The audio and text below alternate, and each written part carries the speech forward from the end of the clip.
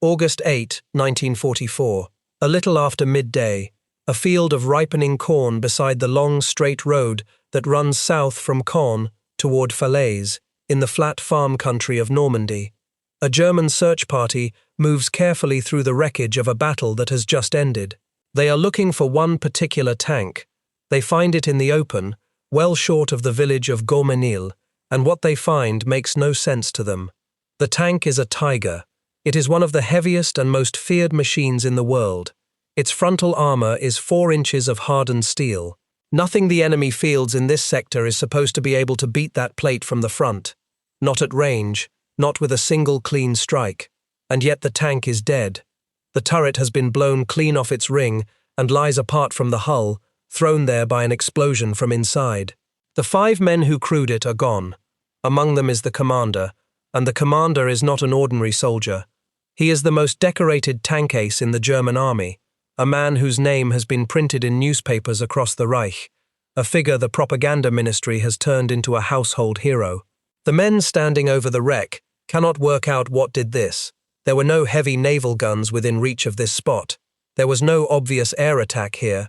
There is only a scatter of burned-out Shermans a long way off across the fields, and every man in the German army knows what a Sherman is. A Sherman is prey.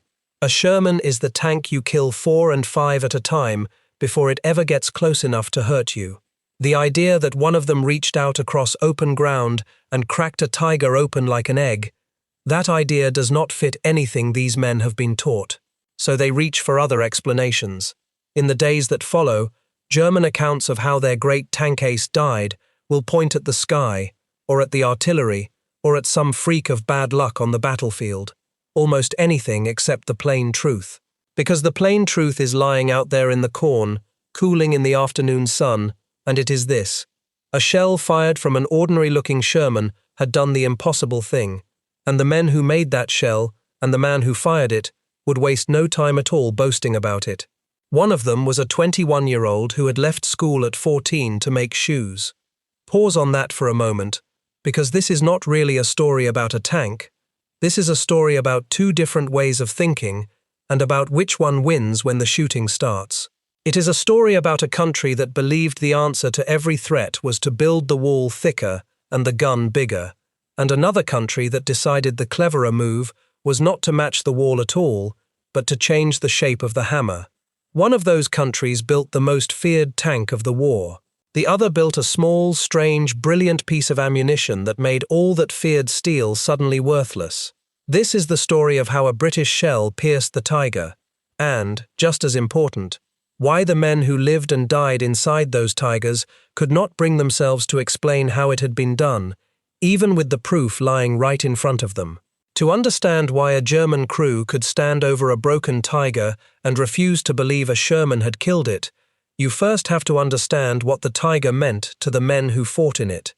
And to understand that, you have to go back before Normandy. Back to the middle of the war, to the moment the tank first appeared and rearranged what every soldier thought was possible. The Tiger was born out of a shock. In the summer of 1941, when Germany invaded the Soviet Union, German tank crews ran into 2 Soviet machines they were not ready for, the T-34 and the heavy KV-1. These tanks had thick, well-shaped armor, and the German guns of the day struggled badly against them. It was an unpleasant surprise for an army that had grown used to winning quickly. The German response was to demand a machine that could dominate any battlefield it rolled onto. Hitler himself pushed for a heavy tank, and he wanted it soon. 2 firms, Henschel and Porsche, were told to have prototypes ready to show him on his birthday, the 20th of April 1942. The Henschel design won the contest, and it went into production that summer. What came out of the factories was a monster for its time. The Tiger weighed something close to 57 tons in battle order.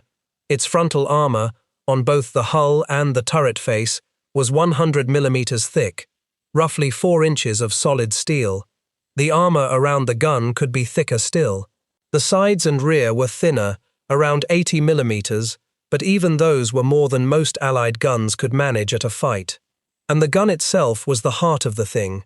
It was an 88 millimeter weapon developed from the famous German anti-aircraft gun, the one Allied soldiers simply called the 88. It was accurate to a frightening degree, and it hit with tremendous force.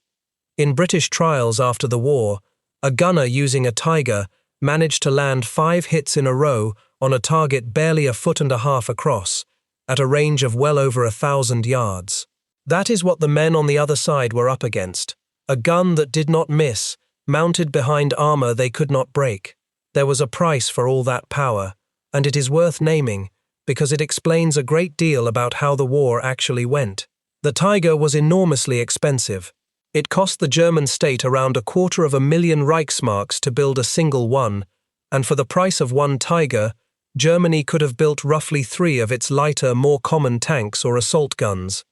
It was also complicated, heavy on fuel, and mechanically delicate for its size. Its overlapping road wheels could pack with mud and freeze solid in winter.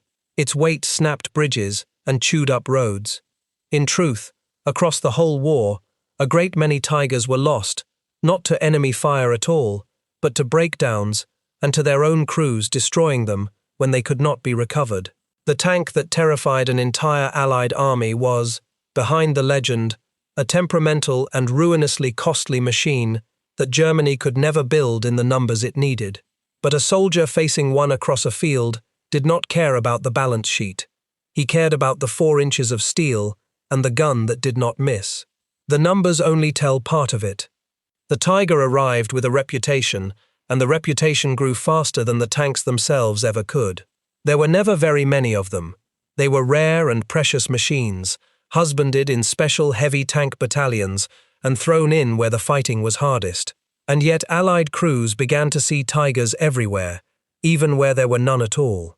Any German tank at a distance, even a lighter and far weaker one fitted with skirts of thin plate to disguise its shape, might be reported up the line as a Tiger. A single real Tiger in a sector could freeze an entire advance, because no one wanted to be the crew that rounded a hedge and met it. The fear had a name among Allied soldiers. They called it Tiger phobia. It was the creeping sense that if a Tiger ever fixed you in its sight, you were already a dead man, and that the only sane thing left to do was to find cover and get out of its way. That fear was a weapon in itself, worth more to the Germans than the handful of tanks that inspired it. It made the enemy cautious, slow, and reluctant, and it rested entirely on one belief, held on both sides of the line: the belief that the Tiger, from the front, simply could not be killed. Here is the part that matters most, though. The German army believed the Tiger was, from the front, effectively safe, and inside the frame they were thinking in, that belief was not foolish. It was built on real evidence. When the Tiger first went into action, the guns ranged against it truly could not cope. Its combat debut came in September 1942, near Leningrad, on the Eastern Front, and it was a shambles, but not because the enemy beat the armor.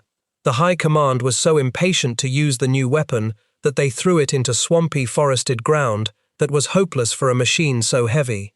The tanks bogged down, and most of them broke down before they could achieve anything at all. The German tank General Heinz Guderian was furious that the great surprise had been thrown away in terrain that was completely unsuitable, the one advantage of a secret new weapon squandered before it could be felt. Then, a few months later, the Tiger appeared in Tunisia, in North Africa, and there it did what it had been built to do. Allied tanks scored hits on it at close range and watched their shots bounce away. American and British crews poured fire into these machines and saw the rounds skip off the armor like stones off a wall. Nothing they had could open it up from the front. To the crews inside, the lesson was written in fire. We are the ones who cannot be killed. And a belief like that, once it takes hold, becomes a kind of blindness. It tells you what to expect, and it quietly stops you imagining anything else. That belief hardened into doctrine, and doctrine is a comfortable place to live, right up until the day it fails. The German engineers and the German crews had built a mental wall to match the steel one. They imagined every threat that fitted their picture of the battlefield. A shell of a certain size travels at a certain speed and carries a certain amount of energy, and if our plate is thicker than that shell can manage, then we are safe. Their picture was consistent. It was based on data they had gathered in real battles, and for a long time it was correct. It worked, right up until it did not. It failed not because the Germans were poor engineers, because they were not, but because they had not imagined the particular idea that was about to come at them out of the West. They were braced for a bigger hammer. What arrived was a different kind of hammer altogether. There is one more thing to hold on to before we cross the Channel, and it is a small, almost quiet event that handed the British an enormous advantage. In the spring of 1943, in Tunisia, a Tiger was captured very nearly intact. During fighting in the hills, British troops, with support from a Churchill tank firing a 6-pounder gun, managed to strike the tank in a way that jammed the turret against its ring and wounded the traverse mechanism. It was not a mortal blow, but the crew, believing they had suffered something far worse than they actually had, abandoned the machine and fled. One account from the men involved captured the irony perfectly. The German crew, it was said, must have thought their attackers had done something far more powerful than they really had. The real damage was slight. The prize was gigantic. The British now had a complete, working Tiger in their hands, and they knew exactly what they were holding. King George VI and Winston Churchill both went to see it where it stood in Tunisia. It was patched up, shipped back to Britain, and handed over to the men whose whole job was to take the enemy apart on paper. They measured every plate, they studied every weld and every bolt, they fired guns at its armor to learn precisely where it was strong and where it was weak. That single captured tank told British designers exactly what they had to defeat, down to the millimeter, and it did so more than a year before the invasion of France. It is hard to overstate that gift. The other side had built its confidence on the belief that no one could measure the wall. The British had gone and measured it. That tank still exists today. It is the only running Tiger left anywhere in the world, and it sits in a museum in the south of England, the very machine whose capture helped seal the fate of all the others.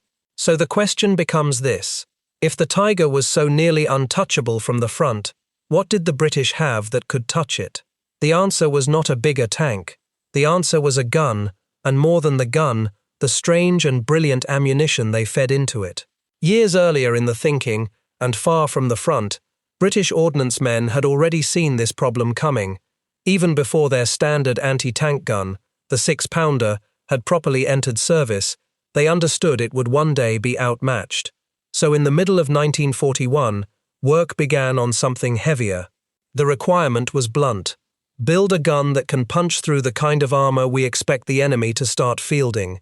What emerged was the Ordnance quick-firing 17-pounder, a gun of 76 millimeters, firing a shell weighing 17 pounds, which is where the name came from. The 17-pounder was a serious weapon, and the need for it was so urgent that when the first Tigers appeared, the British could not even wait for a proper carriage to be ready. The gun was ready before its mounting was, so they improvised. They took early 17-pounder barrels and bolted them onto the mountings of an existing field gun, the 25-pounder. A hybrid weapon rushed out to North Africa so that something, anything, could meet the Tiger on equal terms. It was an ungainly compromise, but it worked, and it bought time. That kind of improvisation tells you a great deal about how frightened and how determined the British were. They were not going to wait for the perfect solution while their crews died inside tanks that could not shoot back. They would field the ugly, half-finished answer today and refine it tomorrow. That instinct, to get a working answer into the field fast rather than a perfect one late, runs right through this entire story. But the real leap did not come from the gun. It came from what the gun could fire. The 17-pounder had a standard armor-piercing shell, and that shell was already good. It could pierce around 160 millimeters of armor at 500 meters and about 150 at 1,000. That alone was enough to threaten a Tiger at battlefield ranges, which no earlier British tank gun could reliably claim. British assessments reckoned that with its normal shell, the 17-pounder could defeat the front of a Tiger out to well beyond a mile. That was already a revolution. Yet the British had something even sharper waiting in the wings.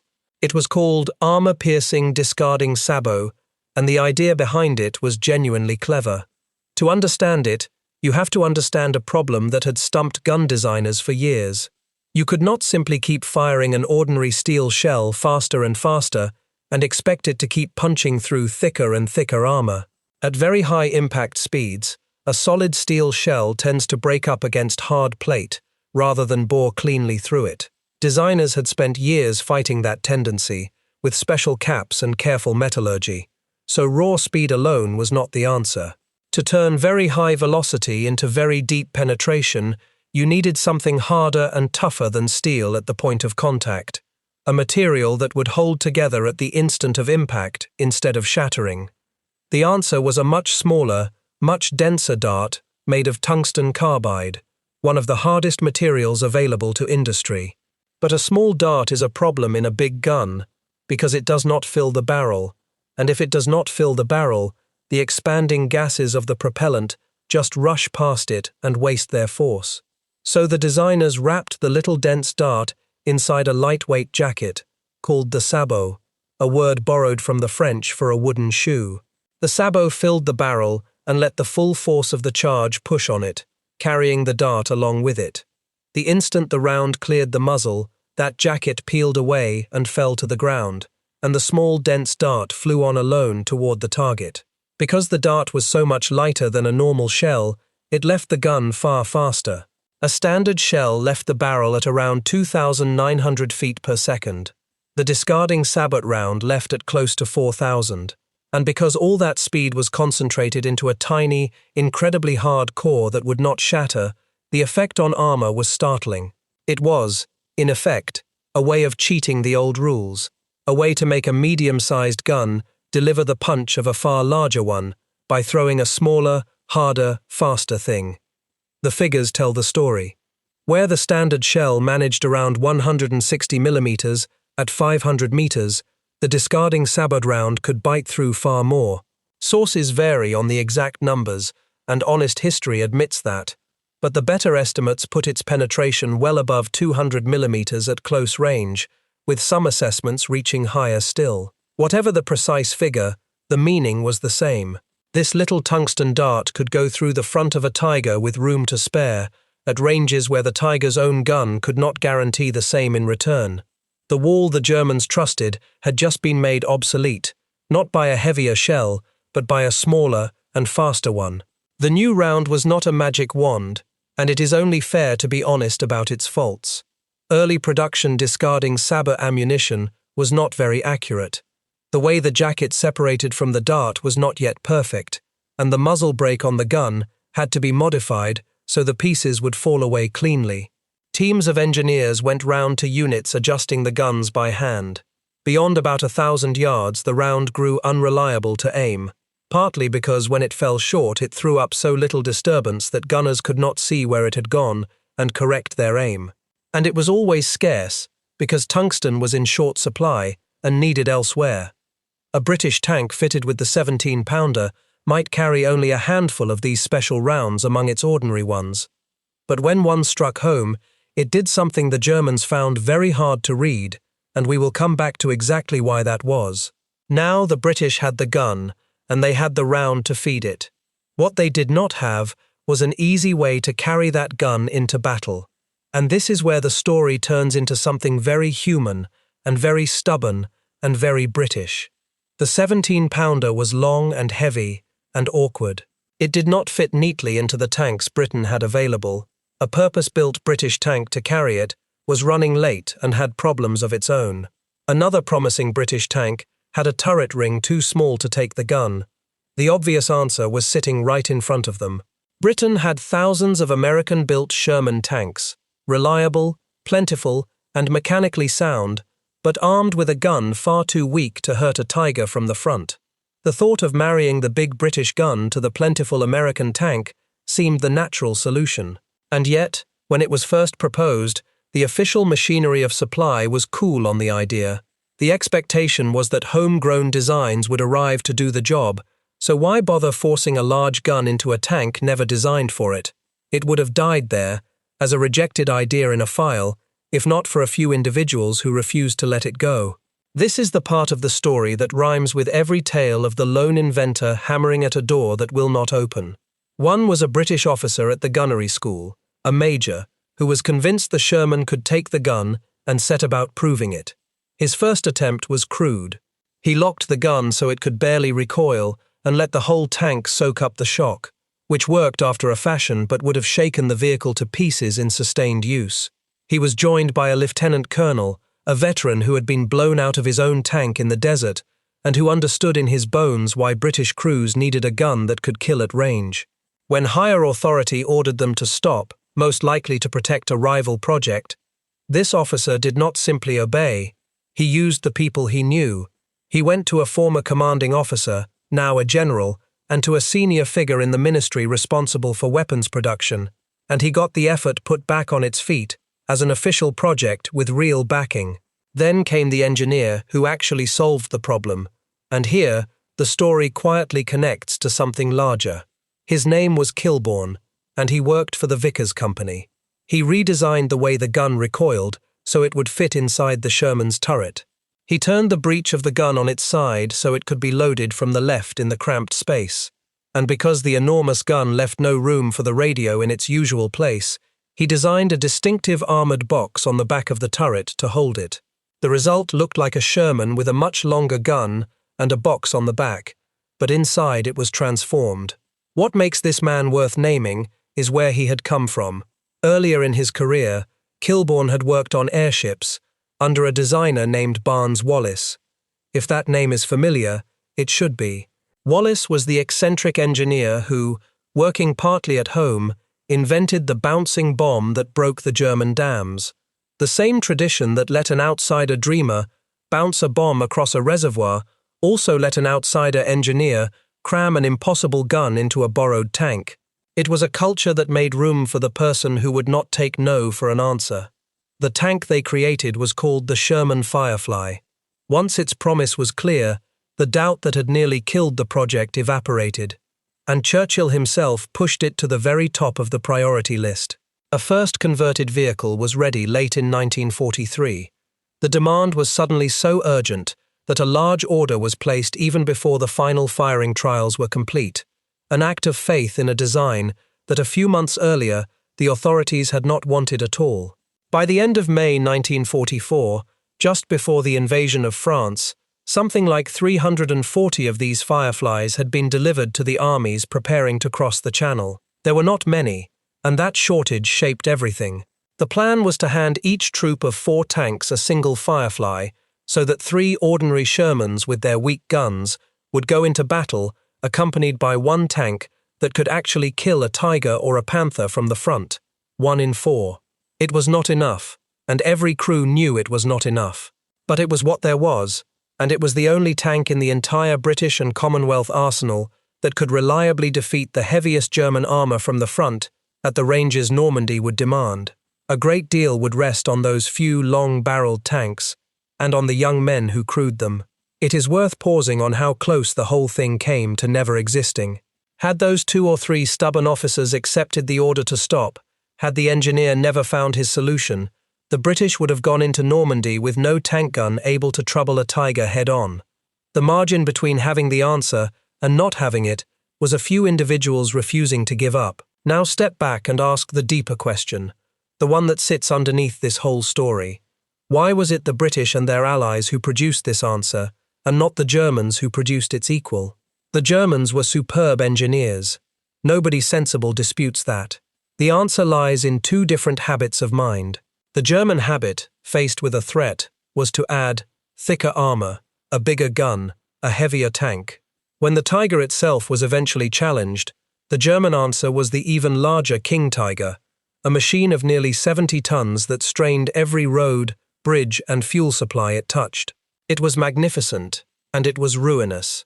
Expensive to build, thirsty for fuel, and often broken down before it reached the fight. The German mind reached, again and again, for mass. The British and their allies, by contrast, reached for cleverness. Rather than build a gun twice the size, they found a way to make a modest gun hit far above its weight by rethinking the physics of the shell itself. It is a smaller, quieter kind of engineering than a 70-ton tank, and far less impressive to look at, but it was the kind that won. And that thinking did not come from one nation alone. This is the part of the story that deserves to be better known. The discarding sabot round was developed by a small team of designers working in the British Armaments Research Organisation, two men in particular whose names deserve to survive, but it drew on a genuinely international well of ideas. French engineers had experimented with the discarding sabot principle before their country fell in 1940, and when France was overrun, some of those engineers escaped to Britain and carried their unfinished work across the Channel with them, where it fed into the British effort. A separate line of clever ammunition, based on the idea of squeezing a shell down to a smaller diameter as it left the barrel, traced back to a Czech designer and his son who had fled their occupied homeland and brought the principle to Britain when they came. There was Canadian influence in the wider development as well, shaped by senior officers who had been gunners in the previous war and understood the problem in their bones. So the shell that finally killed the Reich's greatest tank ace was, in a real and literal sense, the joint work of British, French, Czech, and Canadian minds, pooled together in a country willing to listen to outsiders and exiles and refugees, and to fold their half-finished ideas into its own. The enemy was building a single great weapon behind a single great chain of command. The British were running an open workshop, with the doors flung wide, and anyone with a good idea and the will to push it was allowed to walk in. One of those approaches produced the King Tiger. The other produced a small tungsten dart that made the King Tiger, and everything like it, obsolete. That is the difference the whole story turns on. It is not that one side was brave and the other was not. It is not a matter of one people being cleverer than another as a people. It is that one system prized ever greater size and a tidy chain of command, while the other left cracks and gaps through which an odd idea, or a stubborn officer, or a refugee engineer could climb into the room and be heard. The Germans built a magnificent wall, the British changed the shape of the hammer, and they let almost anyone who had a good idea help forge it. And this brings us to the strangest and most telling part of the whole story. The reason the men standing over that broken tiger truly could not explain what they were seeing. It comes down to the shape of a hole. When a conventional full-sized armor-piercing shell struck a tank, it left a story a trained man could read at a glance. British firing trials against captured German armor showed just how violent and obvious that story was. In one recorded test, a large-caliber armor-piercing shell that did not even manage to pass through the Tiger's plate still broke a weld and hurled a slab of roof armor a good 15 feet across the ground. When such a shell did punch through the lower front, it tore a substantial hole and left a wide zone of cracked, buckled, displaced steel all around the point of impact. This was the kind of wound a German crewman understood in his bones. Big shell, big damage, a wide mess of ruptured metal, and unmistakable evidence that a heavy gun had been at work. He could look at it and read, more or less, what had killed his tank. The discarding sabot round did something entirely different. That tiny, dense tungsten dart, according to the men who ran the trials, made very light work of the same tank. It slipped through the armor and left behind a small, clean, neat perforation, without the great surrounding wreckage of cracked welds and torn plate that a full-sized shell produced. And once inside, the little core often broke apart and flew about the fighting compartment, doing terrible damage to the crew, but leaving no tidy exit hole to trace its path. To a German soldier trained to read a battle in the size and shape of the holes in his armor, an entry wound like this looked wrong in every way. It was too small, it was too clean, it was not surrounded by the violent cracking and buckling that a killing blow was supposed to bring. The story written in the steel did not match any story he had been taught to read, so his mind did what minds do when the evidence contradicts everything they know. It rejected the obvious answer and went looking for a different one. Surely a hole this small and clean could not have come from a tank gun. Surely it must have been a heavy naval shell, or a rocket from an aircraft, or some special weapon.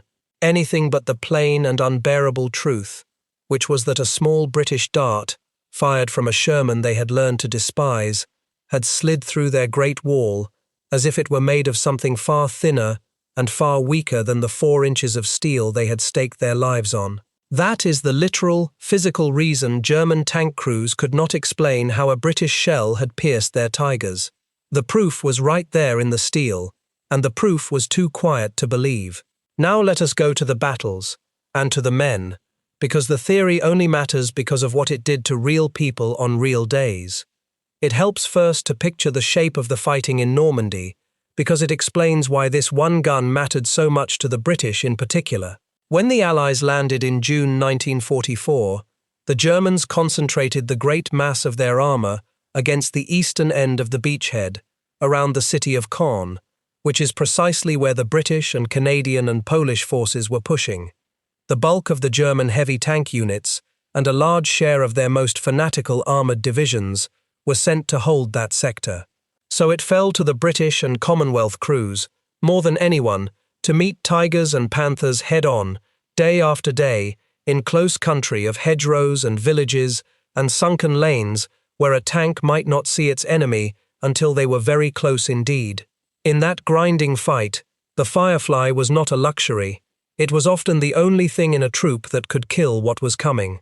It is worth saying plainly that the Tiger was not even the most common heavy threat the British and Canadians faced in Normandy. That distinction belonged to the Panther, a sleeker medium tank, built in far greater numbers, with a well-sloped front plate that was, in its own way, just as hard for an ordinary Sherman to defeat head-on. The Panther carried a long, high-velocity 75mm gun that could kill a Sherman at great distance. Between the rare, monstrous Tiger and the common, deadly Panther, the standard Allied tank gun was outclassed across the board. The 17-pounder was the answer to both. When people speak of the gun that could kill a Tiger, they are really describing the one British tank weapon that could reliably beat the entire family of heavy German armour from the front, whichever machine came rolling out of the tree line. One of the first hard proofs came only 3 days after the landings.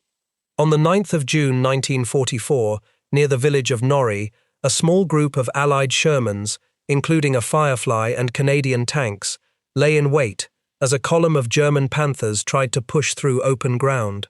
In a short, sharp ambush, the Allied gunners caught the Panthers from an angle and destroyed several of them in quick succession before they could close the range.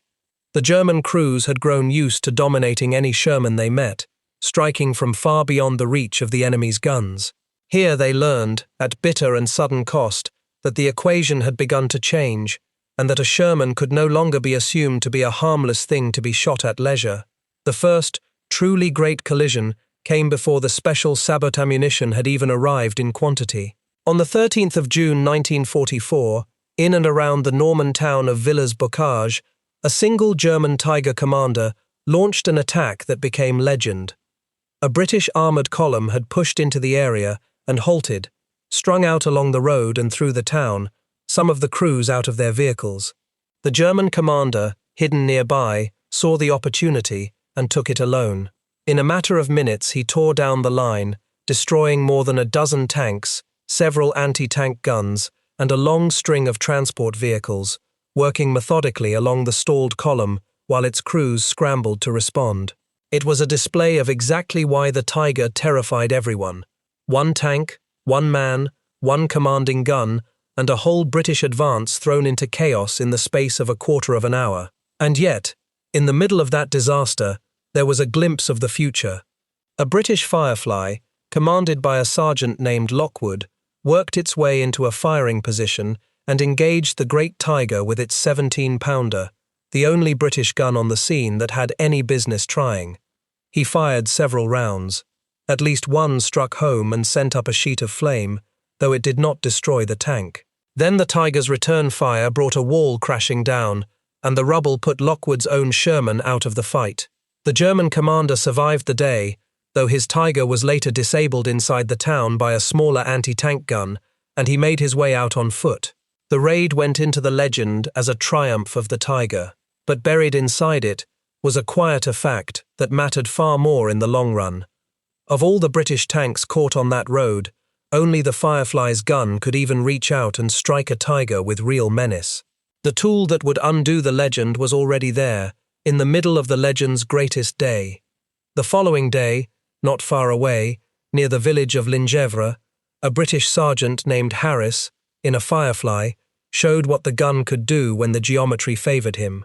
The village sat astride roads the Germans needed, and German Panther tanks came probing toward it. Working with his gunner, Harris knocked out 5 of these Panthers for the expenditure of only 5 rounds. He began by covering one approach road and killing the tanks that showed themselves there. Then, understanding that the survivors would come from another angle, he shifted his tank to a flanking position and caught the rest from the side, where their armor was thinner and their crews were not looking. 5 shots, 5 dead Panthers, in a single morning's work. He was awarded a high decoration for gallantry, and his gunner was honored as well. It is worth being precise here, because accuracy matters more than a good story. Those were Panthers, not Tigers, and the killing was almost certainly done with the standard armor-piercing shell rather than the special discarding sabot round, which had not yet reached the front in real numbers that early in the campaign. The reported ranges in different accounts do not even fully agree. The lesson of Lingevres, then, was not about the exotic ammunition at all. It was about the gun, and about the man handling it. A British tank could now kill the very best German armor, and do it economically, if it was placed with nerve and used with cunning. The wall was no longer safe. What remained was to prove it against the Tiger itself and against the most famous tank soldier the Germans had. Which brings us back to the field of Corn, and to the 8th of August 1944, and to the death of the man whose broken Tiger opened this story. His name was Michael Wittmann. He had been born in 1914, and by the summer of 1944 he was 30 years old and the most famous tank ace in Germany. He had destroyed a great many enemy vehicles during the fighting on the Eastern Front, building a reputation that the propaganda ministry seized on and inflated into something close to myth. He had led the devastating attack at Villers-Bocage only 2 months earlier, which sealed his fame. His face was known across the country. His running tally of kills was recited in the newspapers like the score of a sporting champion. He had been decorated at the highest levels and paraded as living proof of German superiority in armor. He was, in short, exactly the kind of figure a nation builds when it needs to believe it cannot lose. On this day he was leading a group of Tigers in a hasty counterattack, driving north up that long straight road south of Caen to blunt a large Canadian and British offensive called Operation Totalize. The order to attack had come down in a hurry, and it committed the Tigers to rolling forward in daylight across open, gently rising farmland with very little cover to hide their advance.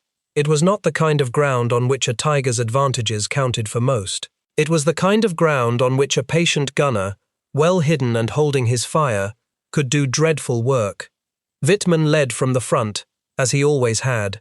He was driving straight into a trap that the doctrine he trusted told him could not exist.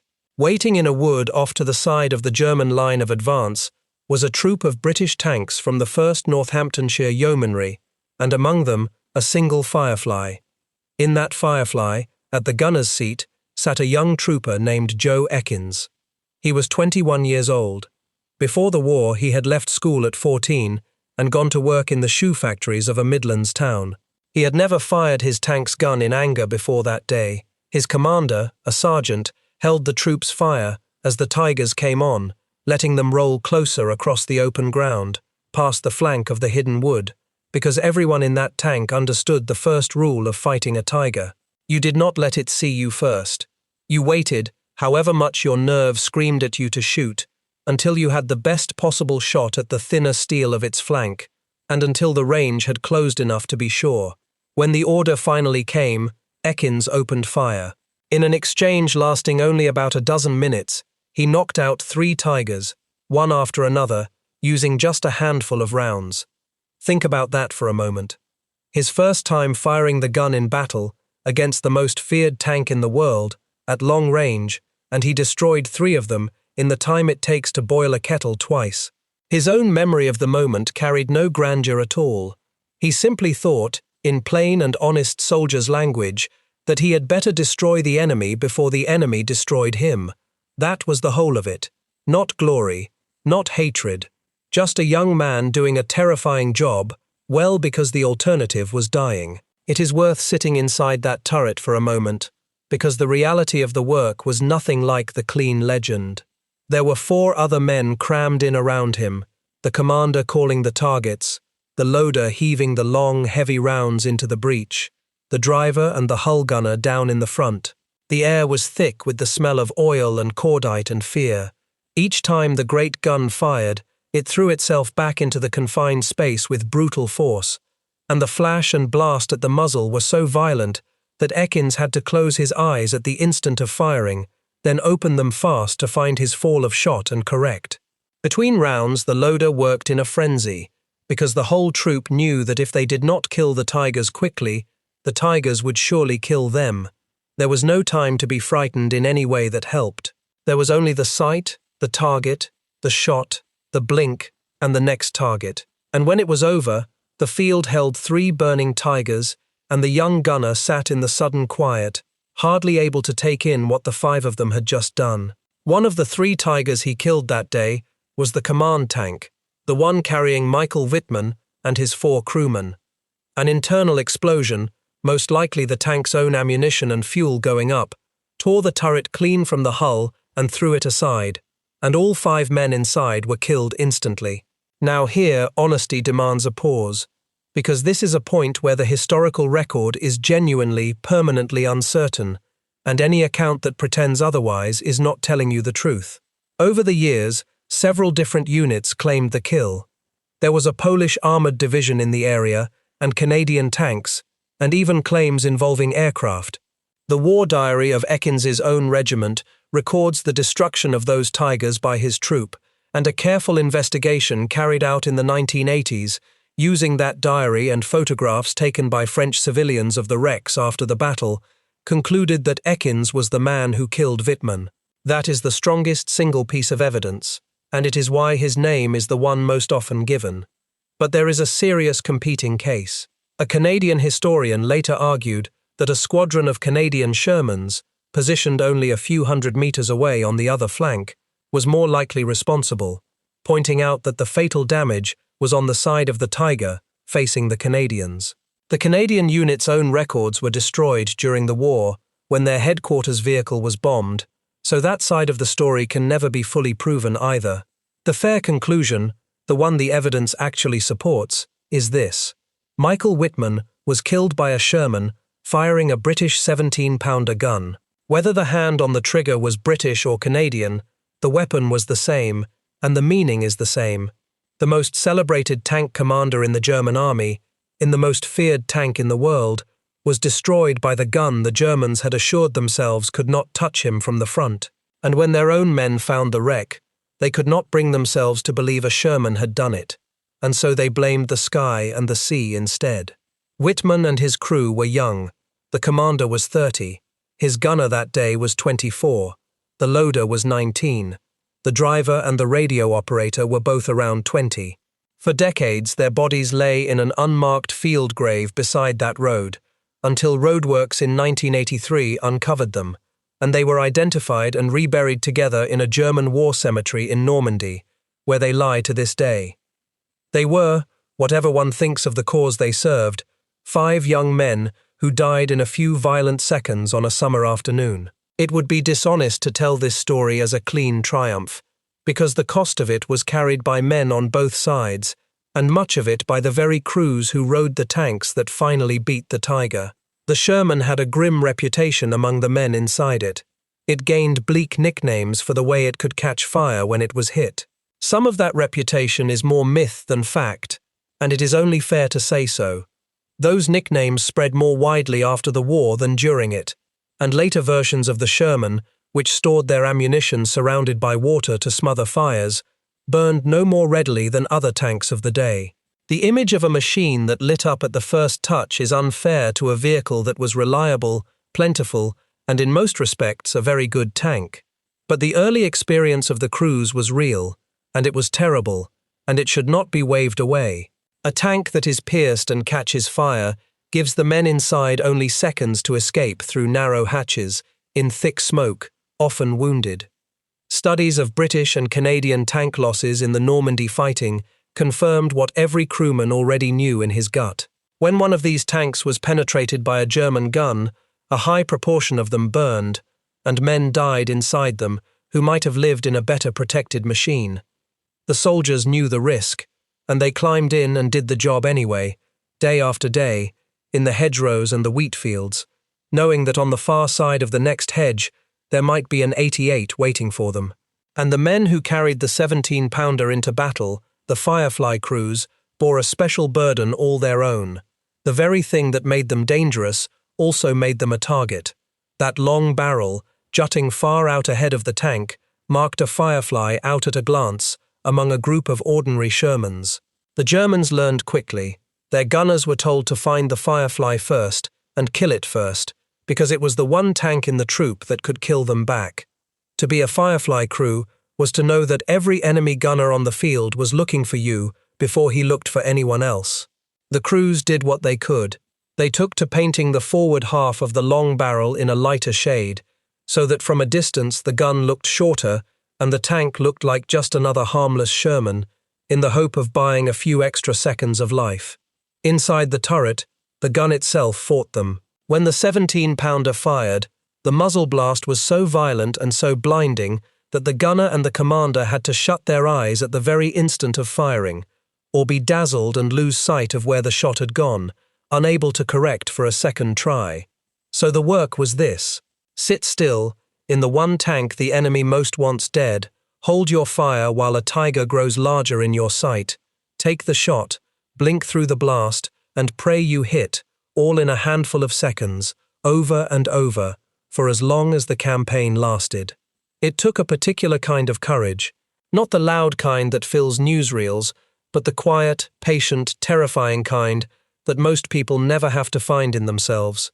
Joe Ekins had that kind of courage, and he wore it lightly for the rest of his long life. There is something almost unbelievable in the plainness of what happened to him afterward. After his one extraordinary day as a gunner, the day he destroyed 3 Tigers and helped end the career of Germany's most celebrated tank ace, he was moved to a different role in the crew and never fired a tank gun in action again. It was, in the end, a single afternoon of his life. He fell ill near the close of the war and was discharged, and he went home to the shoe town he had come from, and he went back to making shoes, and in the years that followed, he rose to manage a factory of his own. He raised a family. He grew old in an ordinary English town. He did not trade on what he had done. For decades, most of his neighbors had no idea, and when he did speak of it, late in life, he refused every invitation to dress it up. He called his decision to volunteer as a very young man the biggest mistake of his life, said with the flat honesty of a man who had seen where it led. Of the famous enemy he had killed, he felt no romance whatsoever, and no guilt either. Wittmann, he said, was a man who had believed in his leader's cause enough to climb into a tank and go and invade other people's countries. If that made him a hero to the Germans, it did not make him one to Joe Ekins. There is more truth in that plain sentence than in a shelf of legends. He died in 2012, an old man of 88, far better known in death than he had ever wished to be in life. The tank that started it all, the Tiger captured nearly whole in the desert, survived every one of the machines it was meant to represent.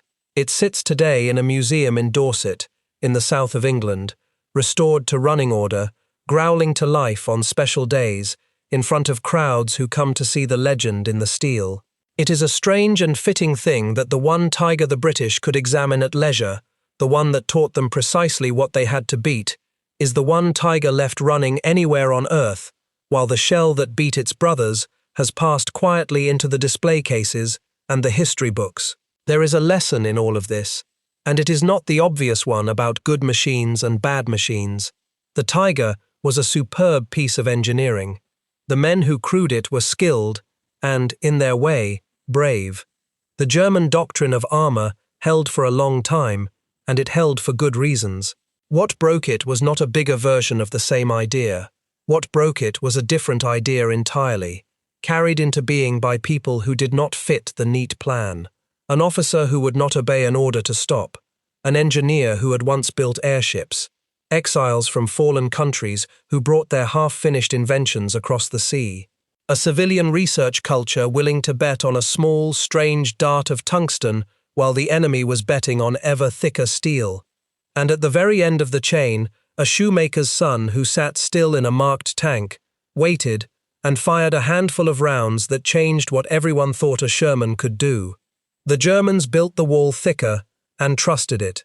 The British and their allies changed the shape of the hammer and trusted the odd, the stubborn, and the outsider to swing it.